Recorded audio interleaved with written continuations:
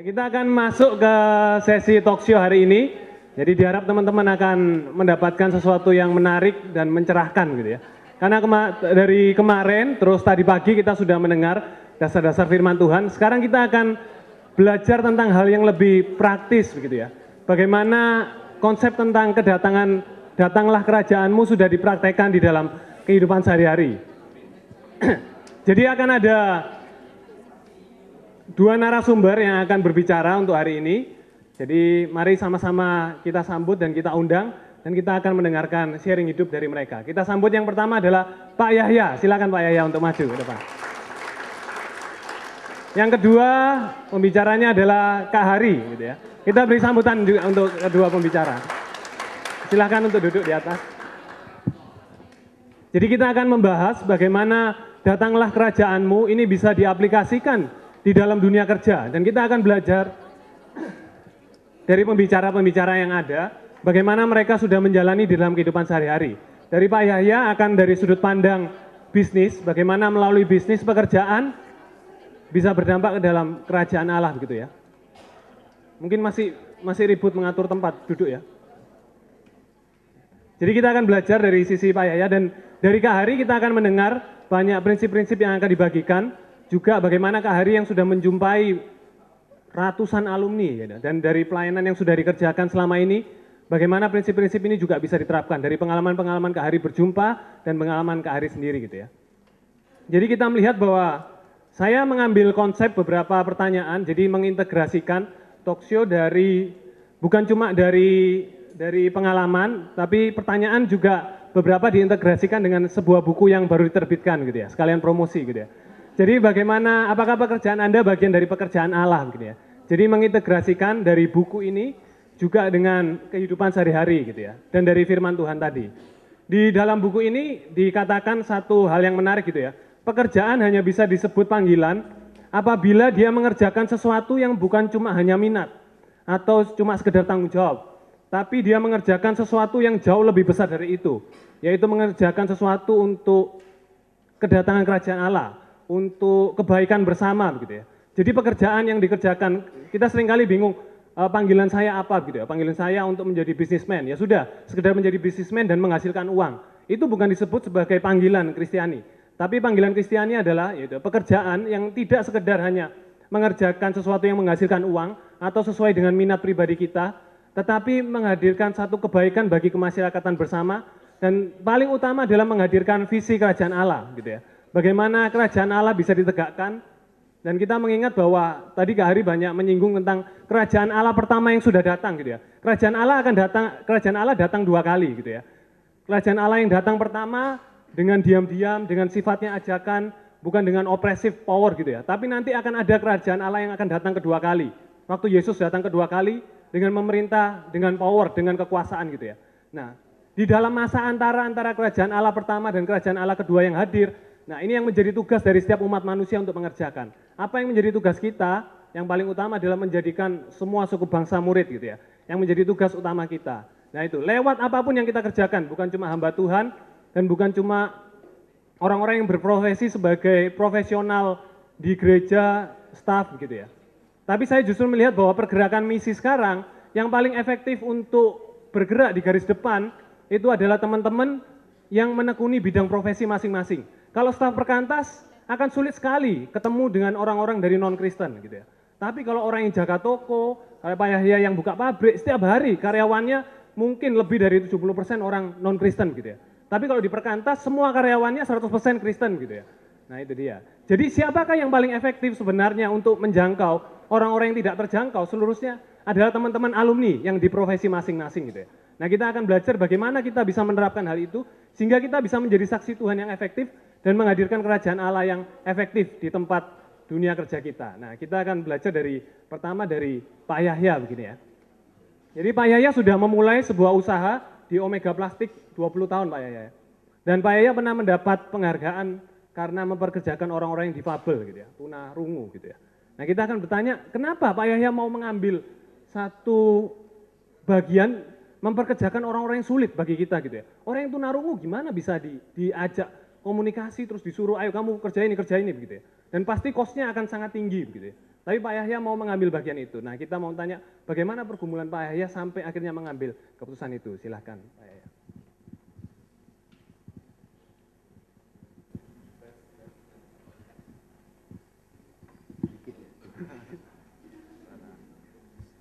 Cek, one.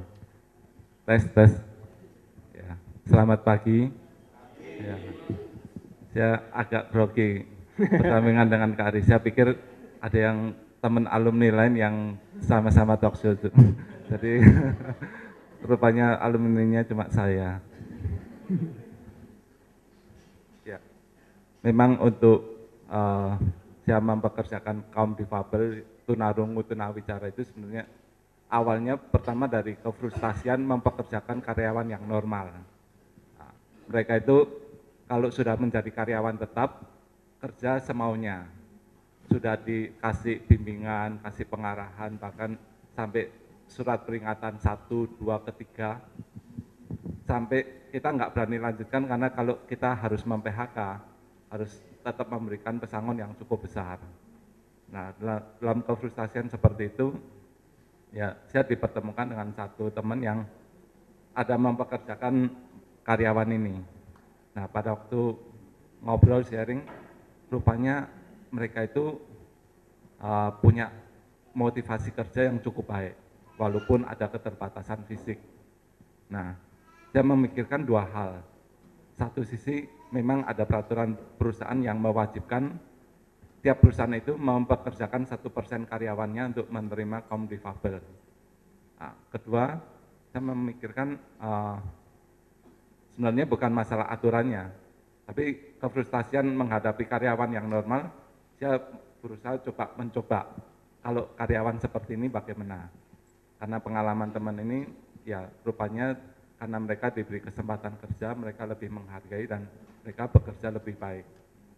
Nah, saya akhirnya mencoba dan ini memang butuh satu keberanian, butuh satu kasih, butuh satu ya sacrifice ya untuk berani menerima mereka. Karena banyak perusahaan walaupun sudah ada aturan pun sampai sekarang banyak yang tidak menjalankan. Dan kami bersyukur dengan kepedulian, dengan kasih mau menerima mereka itu justru berdampak sangat positif. Mereka karena kita memberi kesempatan mereka bekerja, mereka itu menghargai dan ya bekerja baik walaupun ada awal itu banyak kendala, banyak ancaman dari karyawan yang lama maupun kesulitan dalam komunikasi dan seterusnya. Tapi saya bersyukur ini saya dibantu rekan saya Pak Ishak yang sebagai Kepala Produksi dan HRD yang banyak mendampingi mereka. Ini Pak Ishak ini boleh kita beri tepuk tangan.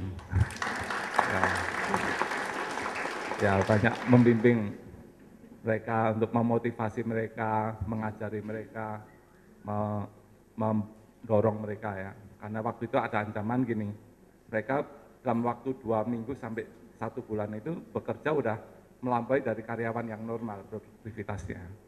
Nah, pada saat seperti itu, karyawan yang lama itu merasa terancam.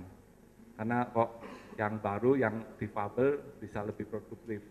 Mereka akan otomatis mendapat teguran. Nah, mereka akhirnya justru mengancam kaum yang difabel. Kamu jangan produksi tinggi-tinggi, karena mereka jadi rasa nggak produktif gitu. Selain itu tantangan-tantangan yang dijumpai untuk teman-teman yang difabel atau mungkin justru yang menjadi masalah sekarang adalah karyawan-karyawan yang normal begini ya. Bagaimana Pak Yahya bisa melayani lewat pekerjaan kepada karyawan-karyawan yang normal dan juga sulit sekali diatur gitu ya. Padahal kita diperintahkan untuk mengasihi mereka gitu ya. Diperintahkan untuk membawa kabar baik kepada mereka. Bagaimana ya mengintegrasikan begini. Kadang-kadang sulit sekali kan, natur manusia lebih enak ya dipecat aja begitu. Gitu ya. Bagaimana itu? Memang saya pernah mengalami satu fase masa yang sangat berat. Ya, saya mau mulai bisnis ini dengan ya kedekatan dengan karyawan, jalin relasi, peduli dengan mereka dan seterusnya. Kemudian waktu berjalan dan mulai berkembang dan kemudian mulai ada serikat buruh dan selanjutnya. Nah, di situ rupanya mulai ada sesuatu yang rasa ini ada dua kepentingan gitu ya, satu kepentingan perusahaan, satu kepentingan buruh. Nah, buruh ini kan berusaha untuk bagaimana terus memperjuangkan kesejahteraan yang lebih lagi. Padahal kami sudah memberikan semua kewajiban perusahaan yang menjadi hak karyawan. Sampai saya pernah tantang mereka, silakan tunjukkan satu aja yang belum kita berikan. Mereka nggak bisa jawab. Tapi saya katakan kalau saya harus mau ngelis apa kewajiban mereka yang belum mereka penuhin banyak sekali. Nah, pada waktu ya serikat ini pengurus mulai otak-atik terus nuntut ini nuntut itu dan banyak hal ya. Sempat satu kemarahan atau satu kekecewaan, kami sudah mempedulikan mereka bahkan lebih ya. Waktu itu kita ada perusahaan ada masa yang bagus, ada keuntungan lebih kita bagikan. Nah, pada saat situasi berubah mulai agak menurun, kami itu rundingkan kompensasi atau bonus yang kita berikan, kepedulian itu kita nggak langsung hapus, tapi kita coba nego, bicarakan, rundingkan untuk mulai disesuaikan dengan kondisi perusahaan. Nah, mereka katakan itu sudah menjadi hak mereka, itu sudah menjadi kewajiban perusahaan dan tidak boleh dipotong 1 sen pun. Dan itu rasanya menemplak saya gitu ya. Kebaikan yang tulus itu dijadikan satu kewajiban. Dan itu nggak hanya itu, terus berlangsung ke hal-hal yang lain. Sempat memang rasa, aduh, sulit untuk mengasihi mereka, gitu ya. Nah, sampai proses waktu, saya sempat dulu sharing ke Ari, ini tolong doakan ada pergumulan-pergumulan seperti ini. Nah, memang bersyukur Tuhan nyatakan ya, akhirnya dengan ada satu kasus, karena waktu itu kesulitan kita misalnya mau mem-PHK pengurus ini pun akan jadi masalah gitu ya. Tapi justru ada kasus sehingga ini ketua dan ada beberapa pengurus itu terpaksa harus mengundurkan diri dan kembali. Ya, proses kembali untuk bisa mengasihi mereka lagi itu butuh waktu memang. Dan kembali bersyukur melihat mereka itu bukan hanya sebagai karyawan tapi sebagai orang-orang yang Tuhan percayakan untuk kita bisa layani mereka.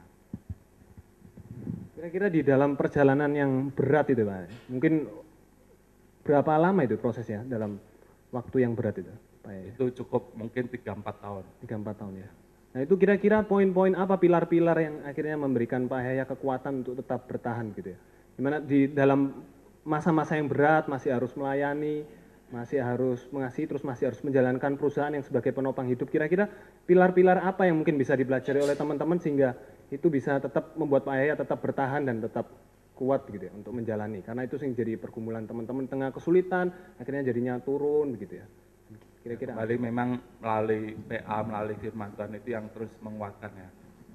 Kembali orientasi kita bukan keuntungan atau kekayaan dunia materi. Kalau seperti itu bisa saja memang sempat berapa waktu saya katakan udah saya tutup aja perusahaan ini, saya jual, saya ganti profesi, ganti usaha. Tapi terus Tuhan ingatkan dan Tuhan ya belum waktunya kamu lepas, kamu masih punya tanggung jawab ini. Nah memang juga dari sharing teman-teman ini saling menguatkan ya. Kembali firman Tuhan itu yang menjadi penopang.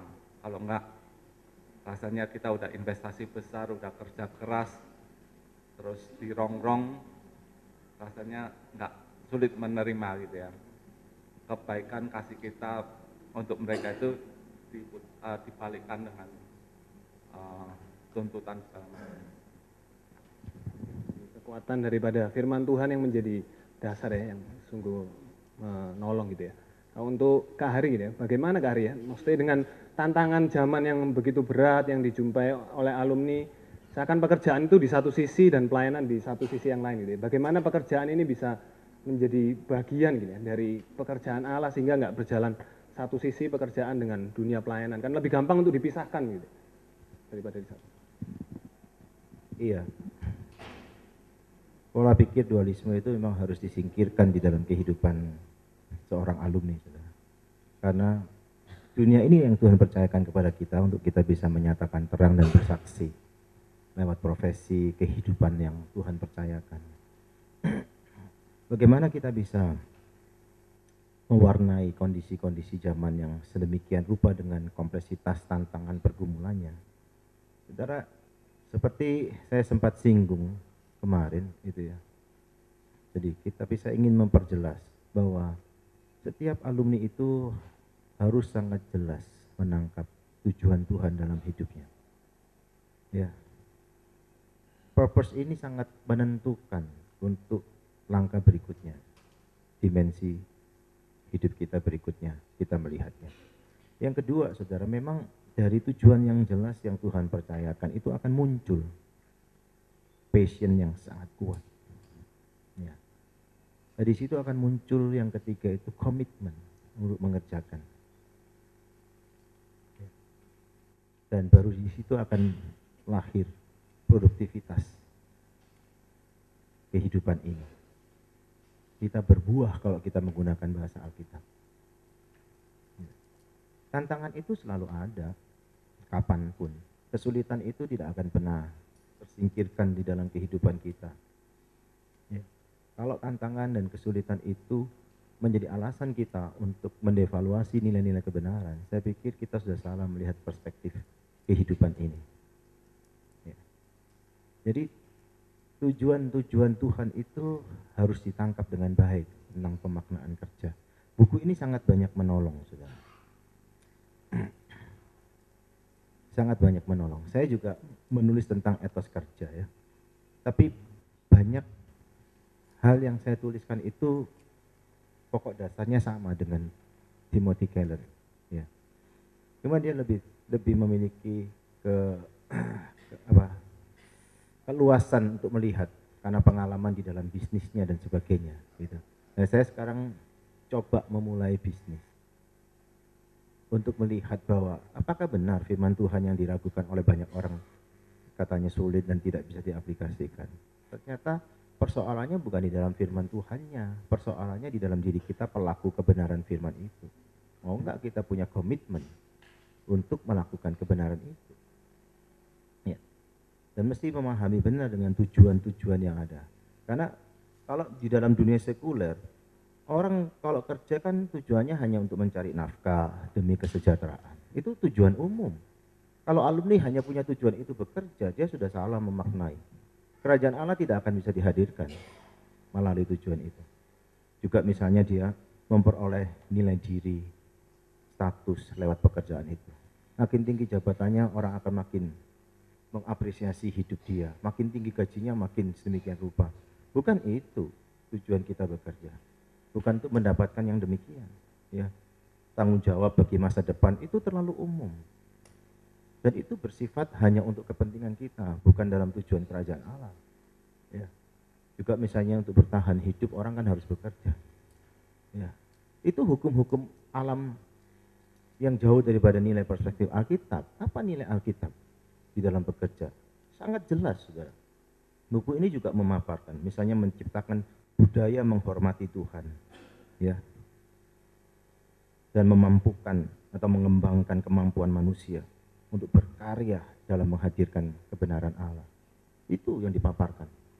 Itu tujuan kerja yang mulia, gitu. Bukan profit oriented, bukan untuk menciptakan rasa aman, tapi pengagungan.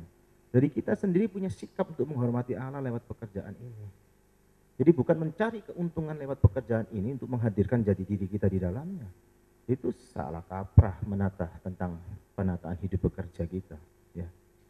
Justru kalau kita lihat profesi Alkitab, kita bekerja itu supaya bisa melayani sesama kita jauh lebih efektif, bisa lebih baik. Jadi orientasinya bukan kepada diri kita, keluarga kita, masa depan kita, bukan itu. Itu egois sekali, itu natur berdosa kita. Itu jauh daripada nilai Alkitab, saudara. Yang kalau kita lihat.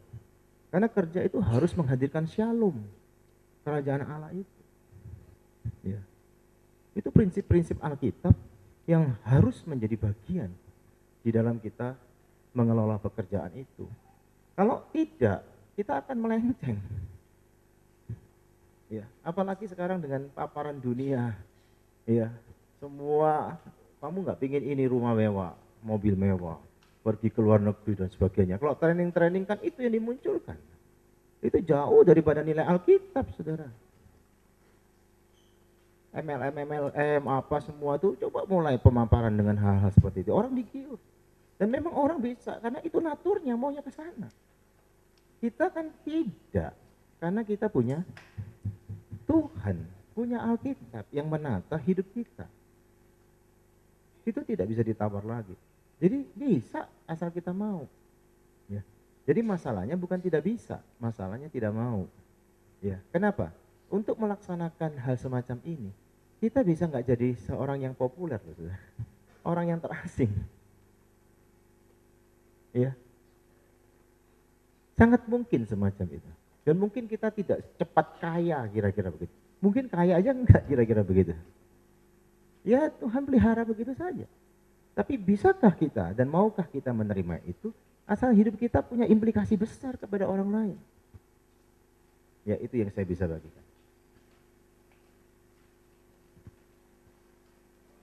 Bagi alumni-alumni yang mungkin bekerja bukan memiliki usaha sendiri tapi bekerja di perusahaan, terus himpitan, terus memang situasi kondisi kerja yang memang tidak memungkinkan memang untuk melakukan itu. Nah itu Kak Hari sering menjumpai dan bagaimana ya untuk alumni-alumni tetap bisa bertahan. Iya. Saya sependapat apa yang dikatakan oleh Calvin yang mengatakan, jika tempat kerja itu di mana engkau tidak bisa menghadirkan kerajaan Allah tetapi engkau terpasung dan engkau dimasukkan seperti ke dalam satu perangkap dosa terus menerus, maka engkau harus mengatakan keluar dari tempat itu. Karena tidak semua orang dipanggil untuk masuk ke dalam satu arena semacam itu. Itu bukan tempat kamu. Dan saya sependapat, karena ada tempat atau wilayah di mana itu memang ada seseorang yang tidak mungkin karena dia terus masuk ke dalam dosa. Terus menerus. Dia sudah berbicara, sudah ngomong, sudah menyampaikan kebenaran. Itu tetap demikian dan dia tidak bisa keluar dari belenggu itu, dia harus keluar. Itu sesuatu hal yang sangat real kita. Jadi tidak semua pencobaan-pencobaan itu harus kita hadapi. Ada pencobaan-pencobaan yang harus kita lari. Contoh Yusuf saja. Dia tidak berani dan tidak mau dia menghadapi pencobaan. Dia akan jatuh. Dia harus lari menghadapi pencobaan. Tapi ada pencobaan yang memang kita harus hadapi. Kembali kepada sisi yang lain. Kalau orang itu memang ditaruh Tuhan di tempat itu, ada satu penetrasi yang Tuhan mau buat melalui hidup dia, maka itu akan terjadi. Contoh, seorang alumni, dia bekerja di salah satu perusahaan sebagai kasir keuangan daripada tempat kerja dia. Dan dia diminta untuk membuat pembukuan-pembukuan yang aneh-aneh semacam itu. Dia mengatakan, sorry, kalau saya buat ini bukan tempat saya. Dan saya tidak mau melakukan. Tapi kalau mau saya mengerjakan seperti yang ada. Dan dia mengatakan pasti Tuhan akan memberkati perusahaan ini. Dia jamin itu. Bosnya adalah orang Kristen tapi Kristen-Kristenan. Dan akhirnya apa? Bosnya mau. Dan dia serahkan full. Dia jujur tidak satu rupiah pun dia mau ambil. Dia dinaikkan gaji, dia tolak, belum waktunya. Dia pergi pelayanan, dia ongkosin, enggak. Ini komitmen saya untuk Tuhan. Keluarga itu akhirnya semua cinta Tuhan. Sampai kepada generasi anaknya. Bahkan anaknya mengatakan, kebutuhan pelayanan dia akan terus support.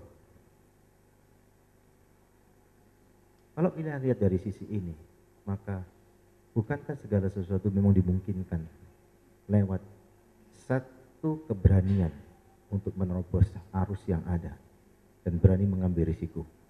Nah, kenapa dia bisa begitu? Karena dia tidak menggantungkan masa depannya kepada perusahaan itu, kepada Tuhan yang mengatur masa depannya. Maka dia berani bahwa Tuhan akan mengatur hidup dia. Jadi semangat Daniel itu ada di dalam generasi semacam ini. Dan itu mungkin. Jadi saudara bisa lihat, satu sisi kita harus tahu, betul nggak tempat ini? Kok aku terpasung sekian lama dan masuk ke dalam dosa terus menerus. Ini harus betul-betul menjadi pemikiran yang sangat serius. Waktunya keluar atau bikin terobosan. Setelah membuat dan mencoba berkali-kali nggak bisa, ya udah. itu bukan tempatnya. Ya. Kembali ke Pak Yahya, dan dengar dari cerita Pak Yahya pernah mengalami fase seperti ini waktu mau mulai bisnis hotel yang baru begitu ya. Ketika integritas harus ditantang begitu ya. Dan bagaimana sudah punya planning bisnis, sudah disusun semua, ternyata menghadapi begini padahal tinggal nyogok aja kan sudah beres gitu ya. Bisa jalan gitu ya. Tapi gimana pergumulan perjalanan Pak Yahya sampai akhirnya memutuskan untuk stop gitu ya, untuk tidak. Memang waktu itu kita sudah mendoakan penggumuli, memang juga berkaitan dengan waktu itu program Perkantas untuk punya rumah retreat ya. Kita pikir oke lah ini bisa juga untuk pelayanan. Nah kita udah bersyukur Tuhan, kita lihat Tuhan buka jalan tahap demi tahap ya. Mulai lokasi tanah yang ada, kemudian ada perluasan Tuhan sediakan, untuk ada sudah sampai kepada desain, udah bagus gitu ya. Waktu itu desainnya itu desain bangunannya itu model Bahtera gitu ya. Jadi penyelamatan akhir zaman. Nah, jadi kita rasa wah ini Tuhan antar gitu ya. Nah memang untuk proses perizinan waktu itu kita udah disambut baik ya, dari Kepala Dinas Perizinan itu sangat mendukung, karena memang di Batu waktu itu lagi booming untuk pariwisata dan mereka sangat membutuhkan untuk hunian hotel. Kemudian dari wali kota pun sangat setuju, karena memang mereka orientasi bisnisnya kuat ya. Nah sampai kepada perizinan ini kita diperhadapkan harus ya namanya mereka itu terang-terangan minta sekian ratus juta untuk ya proses perizinan. Nah saya katakan Pak ini kan sudah zamannya reformasi KPK ketat dan sebagainya. Oh iya Pak, tapi ini tetap karena ini menyangkut banyak orang, banyak partai, kita nggak bisa sendiri. Nah sampai di situ kami bergumul memang. Kami rapat sharing keluarga dan kami akhirnya berdoa dan memutuskan kalau ini betul rencana pimpinan Tuhan dan Tuhan kehendaki, Tuhan pasti bisa buka jalan tanpa harus jalan itu. Tapi kalau toh belum, kami harus siap untuk menghentikan proyek ini. Kita nggak mau kompromi, nggak mau main suap. Dan memang sampai akhirnya ngotot, mereka akhirnya tidak mengeluarkan izin. Memang secara manusia kadang kecewa gitu ya. Kita udah mengimpikan, mengharapkan ada ini bisa jadi berkat, tapi harus tertunda. Jadi ya kami taat, ya kami tunggu waktu Tuhan. Ini kadang ada risiko-risiko seperti itu. Jadi kalau tadi Kak Hari ngomong berarti harusnya memang pasti bisa gitu ya. Makanya jadi kalau dari sisi pandang alumni bagaimana? Kalau Kak Hari ngomong atau menaati firman Tuhan pasti bisa gitu, nggak mungkin tidak bisa begitu ya. Untuk berlaku benar, berlaku jujur. Nah kalau dari pandangan Pak Yahya gitu gimana ya di dalam sehari-hari begitu ya? Sulit tapi memang bisa atau memang tidak bisa begitu ya? Memang perlu ya komitmen iman, perlu latihan iman.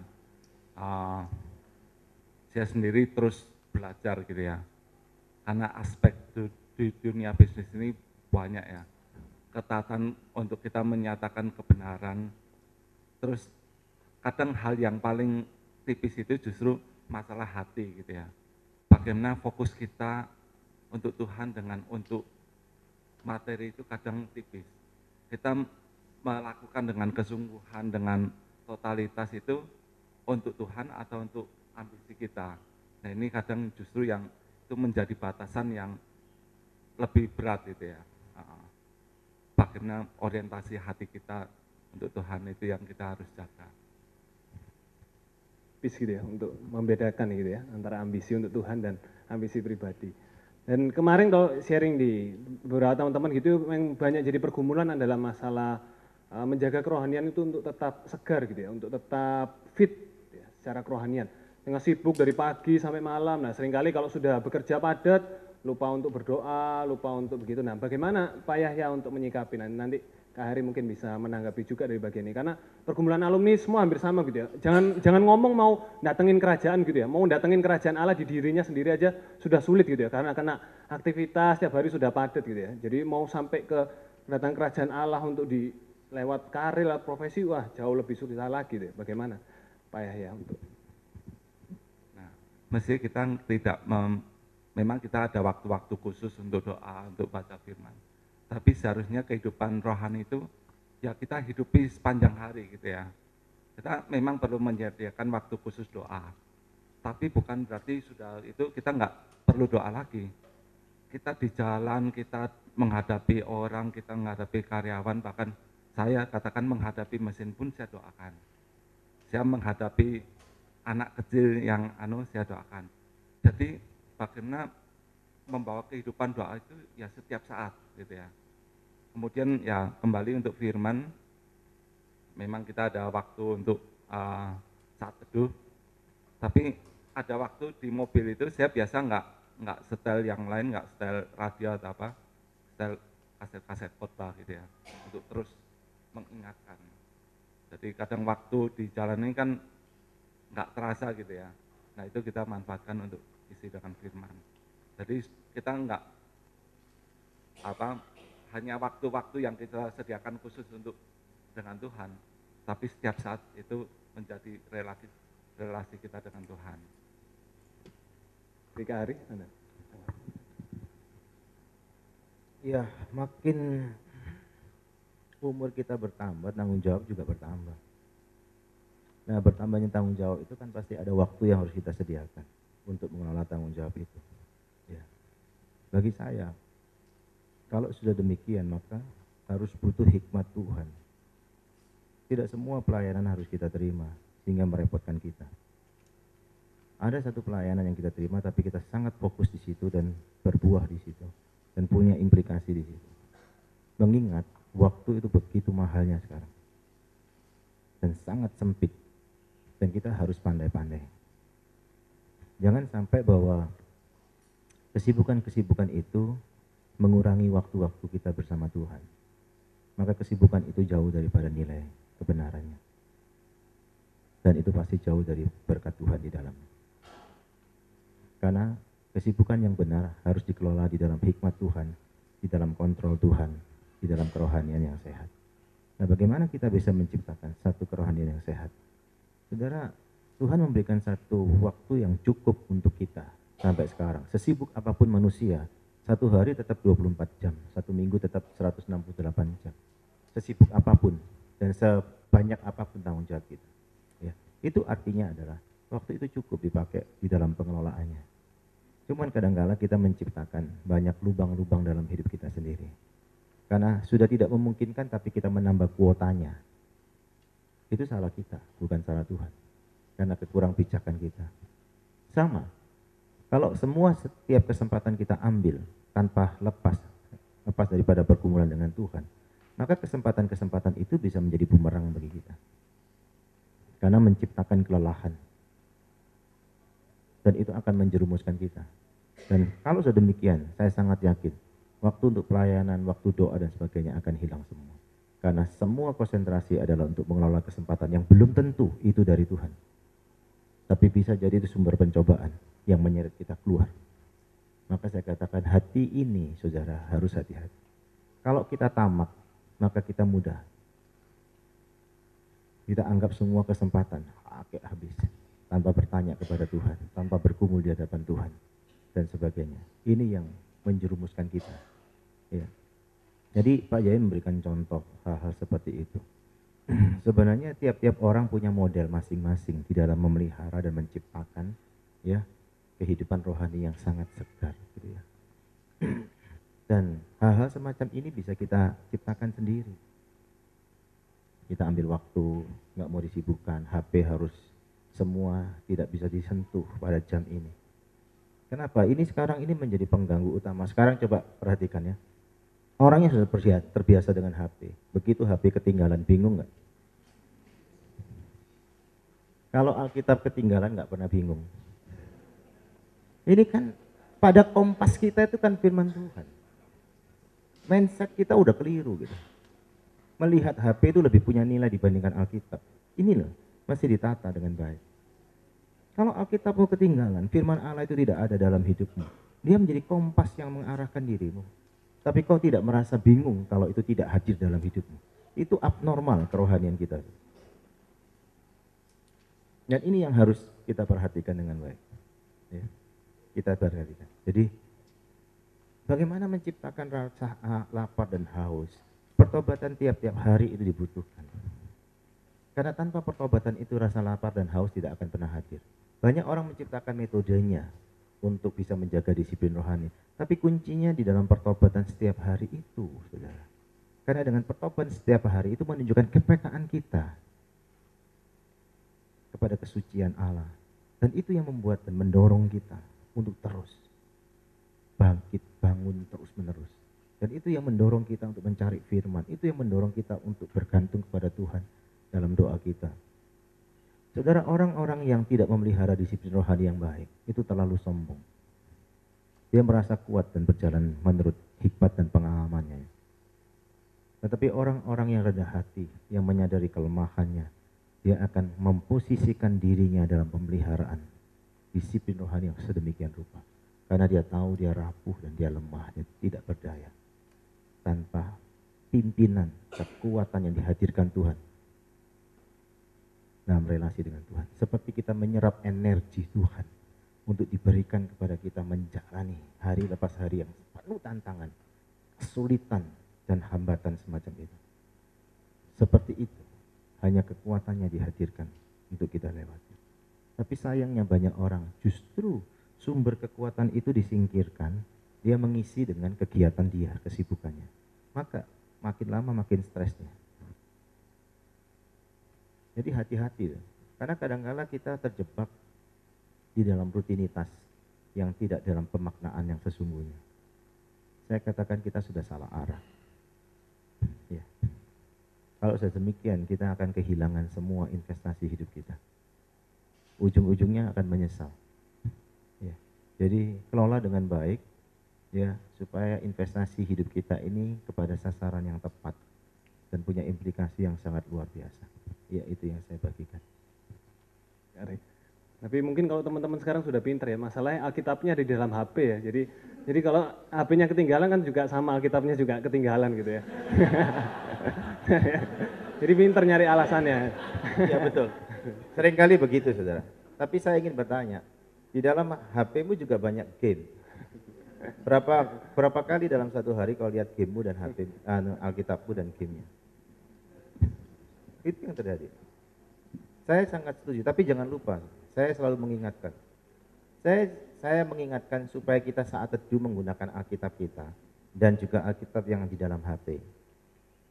Saya di dalam PA di Sidoarjo, saya sudah pernah sampaikan. Sejak awal, perjuangan untuk menyingkirkan Alkitab itu sedemikian rupa. Untuk memalsukannya sedemikian rupa. Zaman yang makin canggih, tinggal copy paste untuk mengubah dengan sangat cepat. Dan mereka tinggal bagikan para penyesat ini. Softwarenya pergi ke toko-toko HP, dia bagikan dengan gratis. Bisa punya saksi Yehova, tinggal di copy paste. Hati-hati. Kita mesti cermat minta hikmat Tuhan. Di dalam kemajuan teknologi yang makin hebat, penyesatan bisa menggunakan ini dengan efektif. Kalau kita asal saja, maka kita bisa tersesat di dalam. Hati-hati. Jadi tadi Pak Yaya juga sudah menjelaskan bagaimana kehidupan rohani itu dibangun sepanjang 24 jam gitu ya. Jadi bukan cuma 1 jam atau cuma 1 hari minggu, tapi 7 hari gitu ya, dibangun kerohanian itu. Jadi bukan terpisahkan kehidupan rohani dan pekerjaan ya. Pekerjaan itulah adalah kehidupan rohani yang harus dikerjakan gitu ya. Yang mungkin terakhir sebelum masuk ke tanya jawab, jadi teman-teman dipersilakan 2 orang yang akan bertanya gitu ya. Jadi dipersiapkan kalau ada yang mau tanya jawab berkaitan dengan kemapanan hidup gitu ya. Bagaimana kemarin Kak Hari banyak menyoroti tentang kemapanan hidup dan tuntutan kehidupan gitu ya. Bagaimana bisa menyeimbangkan antara mengejar tuntutan hidup, terus begitu kalau sudah sampai mapan bagaimana tidak terbawa oleh kemapanan gitu ya, dan bisa. Karena saya sulit sekali memang untuk hidup sederhana sekarang karena dengan banyaknya tawaran-tawaran gitu ya. Kalau dari Pak Yaya sendiri bagaimana ya untuk mengejar tuntutan kebutuhan yang semakin tinggi untuk sampai mapan gitu ya? bagaimana bisa punya menyeimbangkan di dalam pikiran ini ya, supaya tidak jatuh di dalam kemapanan. Atau mungkin Pak Yaya sekarang sudah cukup mapan gitu ya. Jadi gimana bisa tetap gitu ya, bertahan tidak termakan oleh kemapanan hidup gitu ya. Ya, ini sharing dikit ini. Memang cara ekonomi itu kan kita sering berpikir pola bisnis kita cari usaha yang risikonya kecil, investasinya kecil tapi untungnya besar, gitu ya. Usaha kecil, untung besar.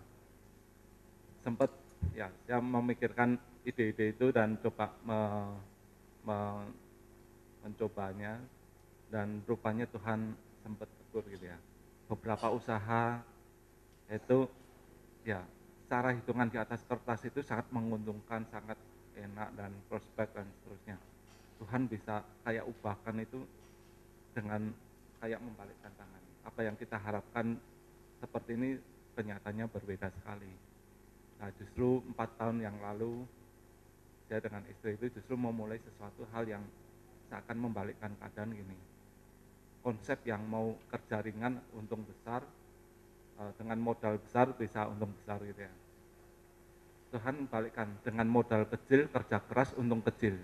Nah, ya kalau yang sebelumnya modal besar usaha kecil untung besar, ya kan. Dengan modal besar kita usaha kecil menghasilkan untung besar. Tapi ini kita memulai dengan modal kecil usaha besar untung kecil. Ini satu ya, kita di rumah itu depan teras hanya jual untuk titipan kue, nasi bungkus dan sebagainya. Modal memang nggak besar, untung tapi juga nggak besar. Kadang selama 1 tahun itu harus terus norok gitu ya. Kerjanya walaupun itu kerja pagi sampai malam gitu ya.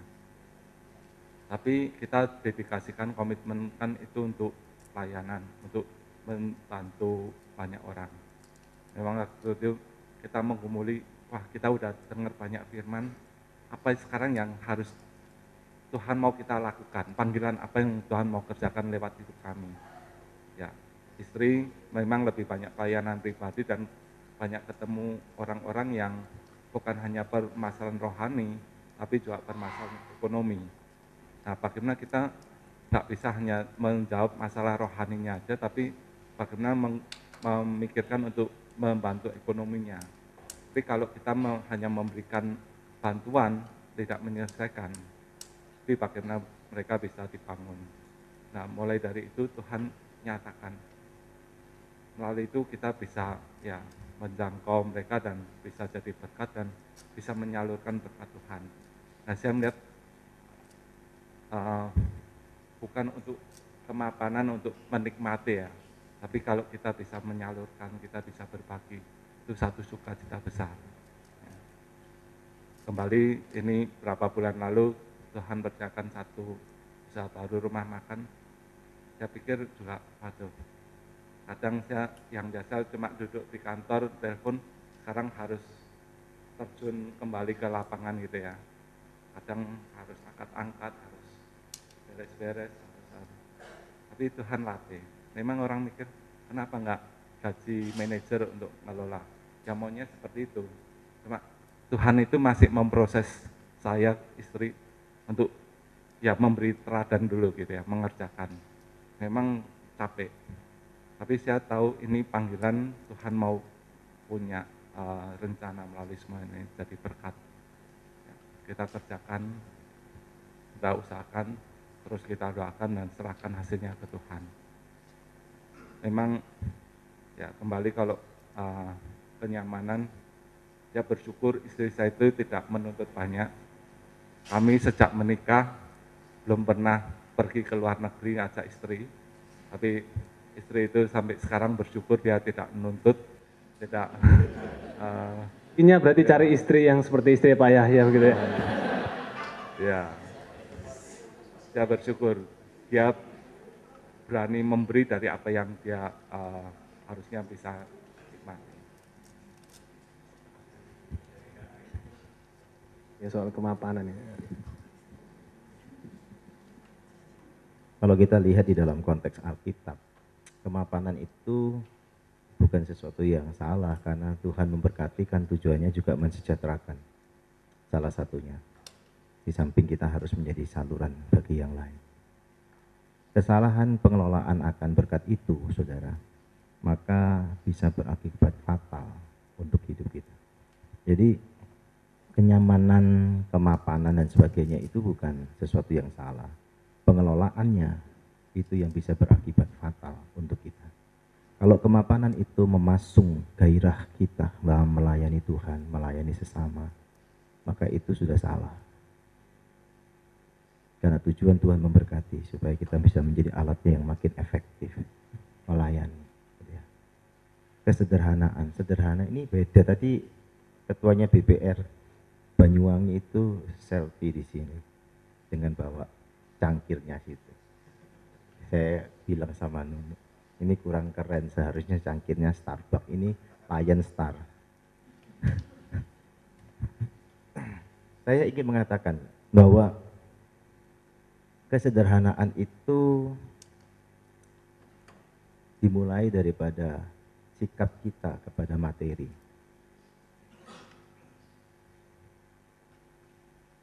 Ada orang sederhana tapi sebenarnya dia sangat kikir.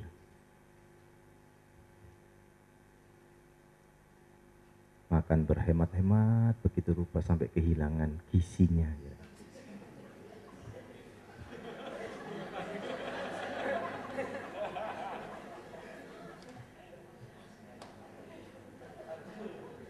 Itu kan kesederhanaan yang gak Tuhan maksudkan. Yang kurus-kurus yang kena ini, Victor.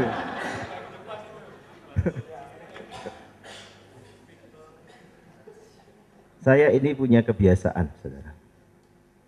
Kalau ngajak staf perkantas makan, selalu di tempat yang dia tidak bisa makan. Karena saya punya berkat lebih dan saya harus bagikan kepada mereka.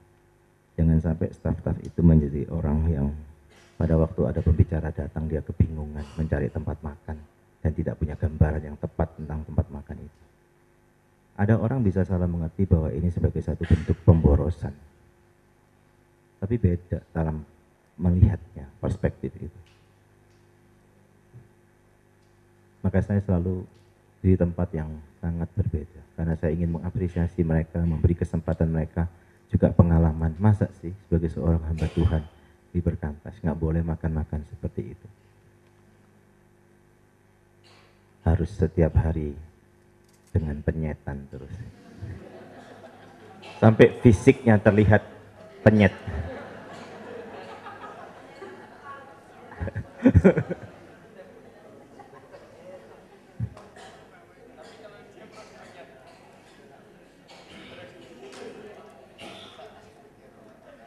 Jadi itu cara saya melihat, ya. Jadi bagaimana pemaknaan? Apakah saya ini orang yang sulit berkorban untuk orang lain, sulit berkorban untuk pelayanan dan sebagainya? Ya. Ada orang yang ya menampilkan pakaiannya sedemikian rupa supaya orang berbelas kasihan, kira-kira begitu. Ya. Sederhana itu kan bukan kumuh daya tampilnya. Sederhana itu kan rapi, bersih, dan bisa menjadi kesaksian dari cara berpakaian. Ya, tadi batik yang kemarin saya pakai juga begitu. Itu dikasih oleh teman-teman PA di Jakarta waktu ulang tahun saya baru-baru ini. Ya, mereka bilang, janji lo ya, mesti dipakai ya untuk pelayanan. Iyalah, masa mau disimpan terus. Ya, saya menghargai saja. Ya, menghargai. Prinsip saya begini, berkat yang terbaik dari Tuhan, saya harus kelola dengan bertanggung jawab. Dan saya berani siap untuk memberi yang terbaik kepada Tuhan. Karena saya belajar dari Abraham dengan pengorbanan Ishak itu. Dua hal. Yang pertama, Abraham berani memberikan yang terbaik kepada Tuhan. Ishak itu yang terbaik bagi Abraham. Dan dia berani persembahkan kepada Tuhan. Yang kedua, Abraham berani mengutamakan Tuhan dari semua berkat yang terbaik yang dia miliki. Prinsip itu yang mendorong saya untuk mengelola setiap berkat. Semua berkat dari Tuhan untuk kemuliaan Dia. Bagaimana cara mengelolanya? Saya butuh hikmat Tuhan. Itu saja. Jadi saya tidak takut kehilangan berkat itu. Ya. Tapi hidup saya seperti yang saudara lihat sampai hari ini. Itu saja. Terima kasih untuk Kak Hari dan Pak Yaya. Sekarang dibuka untuk sesi pertanyaan. Silahkan, ada yang mau bertanya. Perkenalkan, saya dari dari PA Kelut atau Kediri, lereng Kelut. Saat ini yang namanya usaha ini sering diperhadapkan dengan masalah pekerja, sama dengan Pak Yahya. Baru-baru ini saya bersama istri tercinta.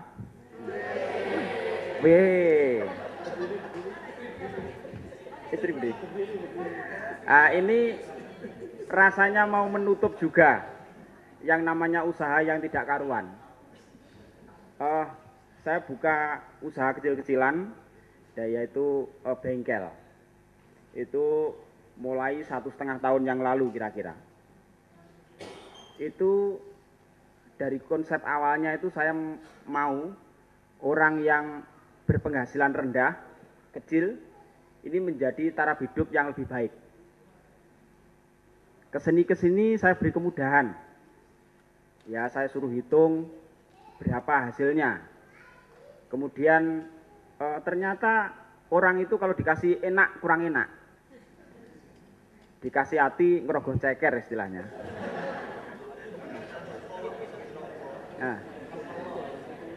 Nah ini setelah saya teliti, saya sampai jengkel, saya nggak mau ngurusi lagi. Karena yang kecil-kecil tidak dihitung.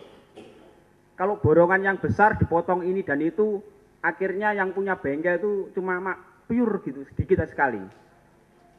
Kemudian kami berencana untuk dikeluarkan saja. Tiap hari saya bergumul dan saya berdoa. Bagaimana caranya si bengkel ini keluar dan tidak marah kepada kami yang punya bengkel. Iya. Akhirnya terjadilah setelah habis hari raya atau belum hari raya itu saya panggil, dengan saya juga gemetar. Jangan-jangan nanti marah dengan saya dan istri. Ternyata tidak. Waktu saya panggil itu saya berdoa terus. Doa saya itu sampai nggak karuan. Yang penting orang ini keluar dengan baik-baik gitu. Akhirnya dia sendiri yang mengundurkan diri. Puji Tuhan. Dia sendiri merasa bahwa ruang geraknya saya persempit dengan alasan ini untuk menampung batu, sehingga saya nggak boleh memasukkan mobil lebih dari satu. Ternyata dia terasa. Mungkin ini konsep dari Tuhan. Terima kasih. Yang kedua, saya pernah mempunyai pekerja ini yang dikatakan tidak normal, yaitu yang namanya Pak Cip ya, Pak Cip. Ada enggak yang namanya Pak Cip? Nah ini kalau disuruh dia malah mengerjakan yang lain, aneh. Datangnya semau gue, waktunya di sawah itu harusnya jam 6 sudah kerja, dia datang 7:30. Akhirnya mempengaruhi orang yang lain. Kemudian dengan berjalannya waktu dia juga keluar sendiri. Mungkin karena didoakan istri saya mungkin. Datanglah ke sini juga orang yang sama, yang namanya Pak Tomo. Ini juga senyum-senyum sendiri. Tapi ternyata ini agak cocok dengan saya ini mungkin. Ketika Pak Tomo ini bekerja di tempat saya, seringkali ketawa sendiri. Dan ini saya juga sebetulnya juga takut, jangan-jangan nanti di sawah saya dipukul atau gimana. Makanya setelah ngirim saya lari, pulang aja. Kemudian yang ingin saya tanyakan, bagaimana cara untuk menyeimbangkan antara kerja dan pelayanan. Seringkali kalau sudah yang namanya pekerja ini, waktunya coba ditambah 12 jam lagi menjadi 36, itu mungkin baru pas gitu ya. Seringkali dalam pelayanan ini menjadi terabaikan. Nah, untung saja sekali lagi istri saya mengingatkan, ini waktunya pelayanan, ini waktunya kita di PA itu siang harus diingatkan, kalau nggak diingatkan saya juga suka lupa. Nah, ini bagaimana caranya supaya kita bisa menyinkronkan antara pekerjaan dengan pelayanan. Terima kasih. Saya Hana dari Malang. Saya mau menanyakan kepada bapak-bapak berdua. Jadi Pak Hari dan Pak Yahya, saya ingin sharing dari bapak-bapak dengan kondisi pelayanan bapak-bapak saat ini. Mungkin bisa di-sharingkan bagaimana menyeimbangkan semangat yang bapak-bapak miliki terhadap pasangan hidup dan khususnya kepada anak-anak. Sehingga bisa bersama-sama untuk mensupport. Karena seringkali ya karena memang saya terus terang kurang mengenal keluarga Pak Yahya dan Pak Hari, mungkin bisa di-sharingkan di sini sehingga bisa juga menjadi berkat bagi kita semua. Karena tentunya seringkali itu juga menjadi satu kendala bagi kita. Kalau kita semangat tapi mungkin pasangan bisa diajak semangat, tapi bagaimana dengan anak-anak? Jadi bagaimana untuk bisa men-sharingkan hal itu? Ya, keseimbangan ini bukan berarti masalah waktunya harus sama gitu ya. Tapi bagaimana kita menyediakan dan memprioritaskan dan menggunakan dengan maksimal. Saya belajar dari Pak Tanan bagaimana kita punya special time dengan anak gitu ya.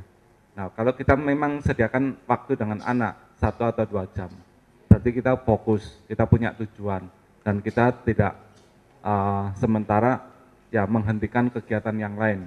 Kita memberikan waktu khusus.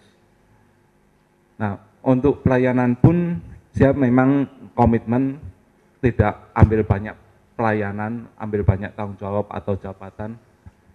Saya selama beberapa tahun hanya fokus pelayanan di perkantas dan pelayanan pribadi. Jadi saya tidak sementara memang tidak ambil pelayanan gereja, dan ya memang ada banyak godaan gitu ya.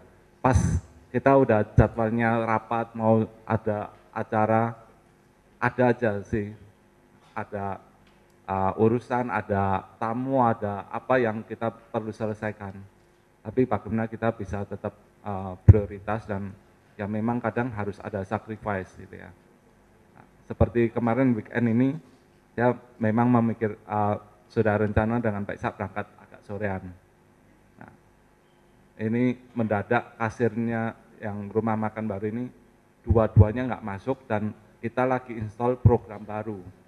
Dan belum ada yang lain, istri saya memang gaptek teknologi, jadi nggak mungkin nanganin. Terpaksa saya yang Timothy itu, saya ajarin hanya waktu 15 menit, kemudian tim kamu tanganin ya. Nah, memang syukur dia memang untuk komputer ini gampang belajar, dan ya mau nggak mau ya udah saya tinggal. Nah, ada hal-hal keseimbangan ini bukan masalah kembali waktu yang seimbang, tapi bagaimana tetap kita punya prioritas, kita punya pembagian dan punya schedule yang prioritas yang kita mau kerjakan. Bersyukur waktu itu kami tinggal di pabrik, jadi waktu itu masih leluasa ya, sering ketemu, sering sharing dan seterusnya. Nah, saya merasakan sekarang ini rasa lebih sinergi karena apa? Kami mengerjakan pelayanan, ada hal yang sama, pelayanan pribadi, kemudian juga pelayanan doa, pelayanan ini usaha yang baru ini kita kerjakan sama-sama. Ini saling melengkapi gitu ya. Saya bagian perencanaan, mempersiapkan hal yang lain, nah istri bagian yang penerobosan gitu ya. Kadang saya juga heran, istri itu rekrut karyawan itu tanpa seleksi. Siapa aja yang lamar, latar belakang ada yang rambutnya gondrong pun diterima gitu ya. Cowok. Ya. Tapi saya bersyukur justru karena bukan apa, tapi istri kami menerapkan prinsip firman Tuhan. Dia bilang, Daud itu loh, dia di pengasingan itu kelompoknya orang-orang yang terbuang gitu ya.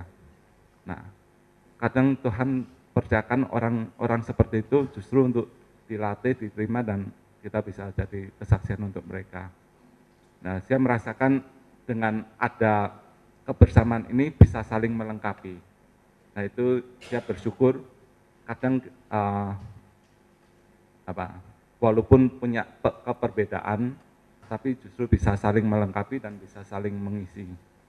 Nah, untuk anak, ini memang saya juga bersyukur diajar oleh Pak Tanan kembali, bukan waktu yang lama yang kita sediakan untuk anak, tapi waktu spesial beberapa waktu, dan kita memang khususkan dan kita punya purpose, apa yang kita mau bicarakan, sediakan waktu untuk anak itu. Ya. Saya sangat diberkati dan itu terus saya pakai. Jadi ada waktu-waktu, saya banyak sharing gitu ya, baik pergumulan rohani, pergumulan pekerjaan, bahkan ya sharing dengan untuk masa depan mereka. Saya lebih banyak bisa ada waktu yang nggak terlalu panjang tapi bisa fokus. Weekend alumni yang lalu, saudara, semua keluarga saya dipanggil di depan, diwawancarai satu persatu. Ditanya anaknya satu persatu kira-kira. Kalau bapaknya semua yang jawab kan dipikir rekayasa bapaknya kira-kira. Jadi teman-teman sudah mengenal dan tahu, mungkin Hana ya, belum tahu.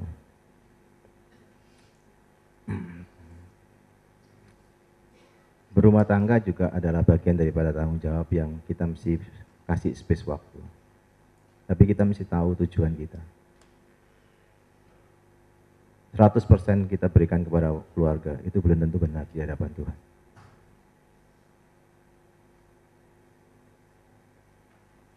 Itu sesuatu hal yang perlu. Kenapa? Karena Tuhan mempercayakan bagian-bagian dalam wilayah tanggung jawab yang lain yang butuh space waktu. Kadang-kala ini berkaitan dengan tuntutan konteks zaman yang sedang bergerak dengan sangat cepat. Saya belajar dari hamba-hamba Tuhan besar yang dipakai Tuhan sedemikian rupa sampai keluarganya. Satu pertanyaan saya kepada Pak Tong tahun 90. Waktu camp regional alumni, beliau sebagai pembicara. Kemudian saya pulang antar beliau ke airport, waktu itu sama Esther, alumni kita. Dan saya tanya, bagaimana Pak Tong waktunya dengan istri dan anak-anak? Dia pernah bilang sama anak-anaknya begini, kamu enak mana? Papa ada di rumah, tapi cepat mati. Atau papa keliling-keliling sana sini tapi umur panjang. Di balik statement ini ada satu filosofi yang mau ditanamkan. Bahwa kelilingnya beliau itu mengerjakan panggilan yang Tuhan mau. Bukan mau dirinya. Itu yang menjadi bagian hidup saya, yang saya kerjakan sekarang. Maka komitmen awal itu sangat menentukan ke dalam gerak kita berikutnya. Ya. Saya ajak anak saya nomor 2 untuk berbincang lebih jauh. Nah, dia kan sedang memilih tujuan masa depan dia, konteks setelah ini dia akan kuliah. Dan dia adalah seorang pemain musik dan dia mau ke sana. Dan saya evaluasi, setiap tahun saya evaluasi. Saya minta dia mencatat pokok doa dan saya terus mendoakannya. Dan pokok doa itu ada di dompet saya. Apa yang dia mau untuk saya bisa memberikan dukungan kepada dia dan sebagainya. Dan apa yang saya bisa perlengkapi untuk dia mengembangkan talenta yang Tuhan percayakan. Seperti itu. Dan saya ambil waktu, seperti sekarang dia tidak bersama saya karena dia ada pelayanan bersamaan. Gitu ya. Tapi kami sudah janjian pulang dari sini kami akan ketemu. Itu yang pertama. Yang kedua, waktu sekolah mereka itu pagi sampai sore. Pulang mepet banget. Saya sudah harus berangkat PA. Tapi yang nomor 3, yang bungsu ini biasanya dia pulang lebih awal. Sedikit lebih awal, 1 jam. Kadang bisa bersamaan tapi kukunya ini ada rapat karena dia ketua OSIS, ketua persekutuan, jadi dia rapat dan sebagainya lebih panjang. Saya bilang, lebih baik saya kehilangan uang bensin untuk dia dijemput lebih dulu. Untuk bisa punya waktu. Daripada saya mempertahankan dia untuk tunggu kukunya hanya untuk menghemat saja. Saya kehilangan kesempatan bersama dia. Jadi kadang-kadang ada sisi-sisi yang harus dikorbankan untuk mencapai ya kualitas yang lebih baik dalam banyak aspek seperti itu. Dan memang itu membutuhkan hikmat Tuhan, saudara. Karena waktu itu begitu mahalnya, ya. Dan seringkali kita ingin ya mempertahankan uang yang nggak keluar, tapi waktunya akhirnya hilang untuk bersama anak. Saya nggak bisa begitu. Nah ini dalam pengelolaan sampai sejauh ini. Ya. Dalam 24 tahun Tuhan terus jaga. 25 tahun saya mengelola pelayanan lebih di Perkantas ini. Hanya anugerah Tuhan yang menyanggupkan, karena mengelola pelayanan ini tidak mudah. Sangat tidak mudah. Ya. Jadi bagi saya masih ada komitmen. Ya. Komitmen dari saya sebagai seorang imam di dalam keluarga. Bahwa bagi saya omong kosong, saya meng-KTB anaknya orang lain, anaknya sendiri nggak dididik. Anak saya masuk ke dalam KTB dulu, memulai dengan saya, sekarang dia dengan teman-teman TPS yang lain dan sebagainya, dengan staf yang lain. Karena bagi saya itu proses pembinaan itu harus ditanamkan sedini mungkin kepada anak-anak supaya dia bisa mengerti panggilan hidup orang tuanya dan sebagainya.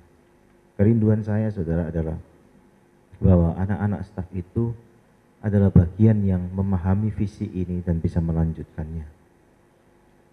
Ya. Kalau anak-anak staf sendiri tidak punya kecintaan kepada visi ini, bagaimana kita ingin menggerakkan orang lain untuk mendukung dan terlibat di dalam kegerakan ini? Maka saya katakan tidak mudah. Jadi sebagai seorang hamba Tuhan, ya mau nggak mau, memang harus menuntut diri, menjadi teladan bagi anak-anak. Di tengah-tengah kekurangan, kelemahan, keterbatasan saya, yaitu bagian daripada satu proses mengerjakan panggilan dan bertumbuh bersama. Ya. Karena waktu kita sudah hampir selesai jam 12, jadi waktu pertanyaan sudah ditutup, jadi nanti bisa tanya pribadi. Oh, senang Pak ya, sudah habis ya. Tapi nanti akan tanya pribadi Pak, jadi ya. Pokoknya nggak di depan panggung ya. Jadi teman-teman nanti bisa bertanya secara pribadi langsung ke Kak Hari dan Pak Yahya. Jadi kita belajar banyak hal yang sudah boleh dibagikan secara prinsip maupun secara kehidupan praktis tadi ya. Bagaimana pekerjaan yang kita lakukan setiap hari itu tujuannya bukan untuk kepentingan diri kita sendiri, tapi untuk melayani sesama, menghormati Tuhan, dan menghadirkan antara kebaikan gitu ya bagi orang-orang yang ada di sekitar. Juga di dalam mengelola kehidupan spiritualitas bukan terbagi-bagi ini waktu khusus untuk berdoa, waktu enggak gitu ya. Tapi seluruh hari itu adalah pelayanan, bahkan di dalam pekerjaan pun itu juga adalah pelayanan gitu ya. Seringkali memisahkan ini pelayanan gerejawi, ini pekerjaan duniawi gitu ya. Tapi itu sebenarnya jadi satu yang tidak mungkin dipisahkan gitu ya. Jadi apapun yang kita kerjakan itu selalu akan menampilkan Tuhan, dan kita adalah reflektor daripada Tuhan itu sendiri di dalam apapun yang kita kerjakan sehari-hari. Jadi semoga itu menjadi berkat bagi kita sekalian, dan kita memang benar-benar menjadi alumni-alumni yang akan memaksimalkan untuk mendatangkan kerajaan Allah di dunia ini. Karena teman-temanlah yang menjadi ujung tombak atau prajurit yang ada di garis depan untuk mendatangkan kerajaan Allah di dunia ini. Kita beri aplaus untuk kedua pembicara, Kak Hari dan Pak Yahya, untuk waktunya. Terima kasih. Silahkan.